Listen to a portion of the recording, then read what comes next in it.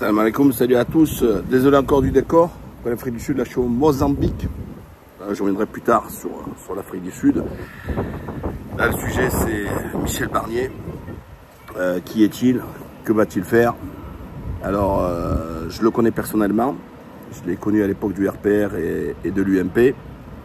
Je vais d'abord vous scinder en deux parties. La première c'est la partie de l'homme parce que c'est important, c'est la personnalité. Et ensuite, sa vision politique et qui est-il et comment ça va se passer. Sur la personne, c'est une personne formidable. C'est plutôt ce qu'on appelle, qui est rare, ce qu'on appelle les gaullistes sociaux. Et ça, c'est hyper important par rapport à la droite qui s'est perdue depuis quelques années. Il n'y a que dans sa bouche l'islam et l'immigration, et oubliant tout le reste. Je me rappelle, moi, à l'époque du RPR, même au début du UMP, dans n'importe quelle petite ville, on avait 300 militants, on avait des gens en jeans, c'était très populaire. Et depuis Sarkozy, la droite, elle a mis la cravate, elle a mis les costards et elle a perdu son côté populaire pour devenir plutôt un truc d'apparatique, technocratique, plutôt à la sauce des chez libéraux.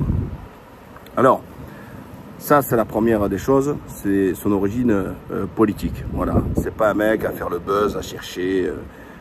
taper, voilà, c'est pas du tout le style. Voilà, il fait partie encore des anciens qui étaient là-dessus. Il a été jeune, très jeune conseiller général, un des plus jeunes. Il a été plus jeune président du département. Il a fait les JO d'Albertville, il était co-président, qui est ici. Et je l'ai connu. Et par exemple, il y avait des fois quand il y avait des meetings ou des trucs, il pouvait être à 30 mètres. Hein. Et à l'époque, il venait se déplacer pour me serrer la main. Alors, je ne vais pas écrire cocorico, m'enflammer, tout ça, etc. Mais c'est pour donner l'état d'esprit de la personne, qui était assez humble. Voilà, je n'étais pas une tête de série, un ponte ou quoi que ce soit.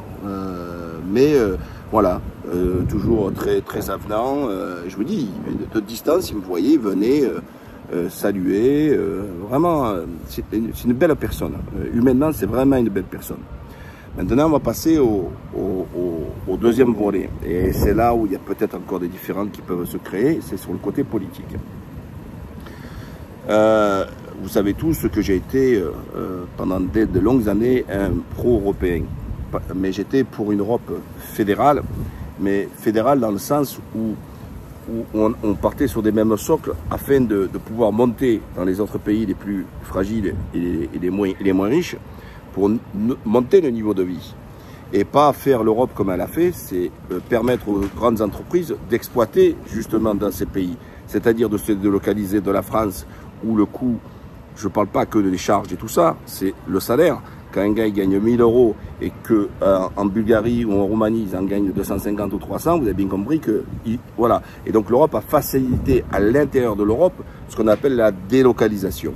Et donc c'est en cela où moi, cette Europe-là, je la combats maintenant, je la condamne, parce qu'elle n'a pas été au bénéfice des peuples, et ça se ressent, et on voit encore dernièrement aux élections en Allemagne, on le voit en Suède, on a vu aux Pays-Bas, on le voit en Autriche, etc., on l'a vu en Italie, etc., c'est qu'il y a vraiment une montée de ce ras-le-bol, parce qu'on a une Europe de technocrates et des gens, des apparatchiks qui sont là pour servir la soupe aux grands industriels et aux grands lobbies, pour mieux pouvoir ensuite rebondir lorsqu'ils arrêtent leur mandat et pouvoir mieux se gaver. C'est une autre forme de corruption, c'est une forme de corruption indirecte, parce que ces gens-là, pendant, par exemple, même si on de la commission, pendant 2 ans, ils doivent avoir aucune activité professionnelle, et au bout de 2 ans, ils vont travailler pour les gens avec qui ils ont bossé avant, c'est-à-dire qu'ils ont permis à mettre des règles,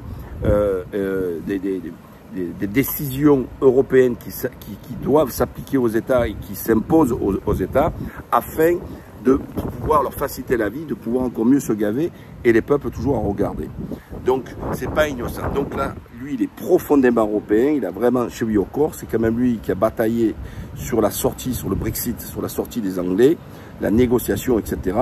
C'est un fin négociateur, donc là-dessus, c'est au moins une qualité encore humaine, et là, plus sur le côté politique, c'est quelqu'un qui s'est écouté et qui s'est trouvé le compromis. Donc, voilà la personne. Donc les différends que j'ai, c'est sur la partie européenne. Donc elle est très importante puisqu'elle implique la plupart des décisions que nous avons en France, puisque la France, comme les autres États de l'Union européenne, ce sont des chambres d'enregistrement des décisions de Bruxelles, tout simplement. Et le reste est pour faire amuser la galerie, donc c'est pour ça qu'ils sont réduits à tweeter et réagir à n'importe quel fait divers, etc. Parce qu'ils n'ont pas grand-chose à proposer, parce que tout, que ce soit sur l'immigration, que ce soit sur les questions clés, comme on veut dire, tout ça c'est du niveau européen, parce que si l'Allemagne, comme elle avait déjà fait, elle accueille 1 million de Syriens qui ont la libre circulation, ils peuvent rentrer en France, donc il faut arrêter de nous prendre pour des jambons. Voilà, donc il faut arrêter. Donc toutes ces questions-là, même économiques, c'est-à-dire que si on veut aider une entreprise publique, on va dire que c'est une concurrence déloyale, et donc Bruxelles nous l'interdit.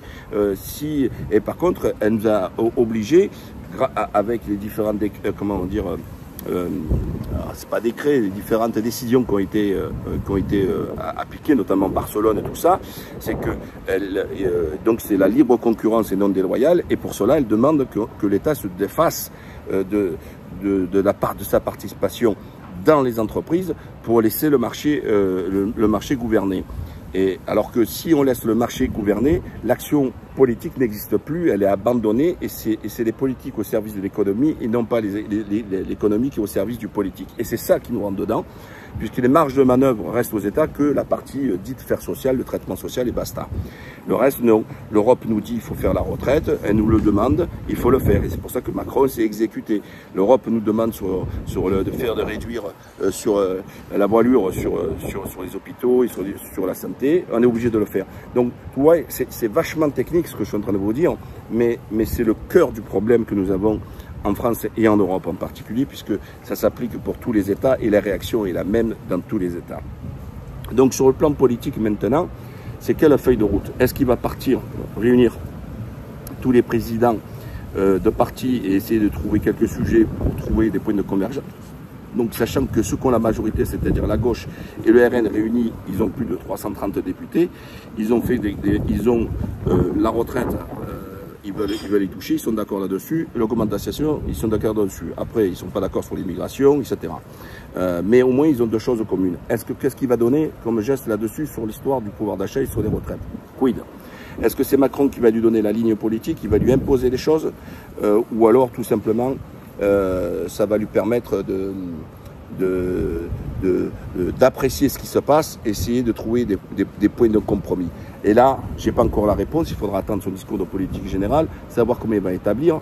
Il y a encore un autre quid, c'est quels sont les ministres qui vont l'accompagner, et est-ce que c'est un choix de Macron ou c'est un choix de lui-même?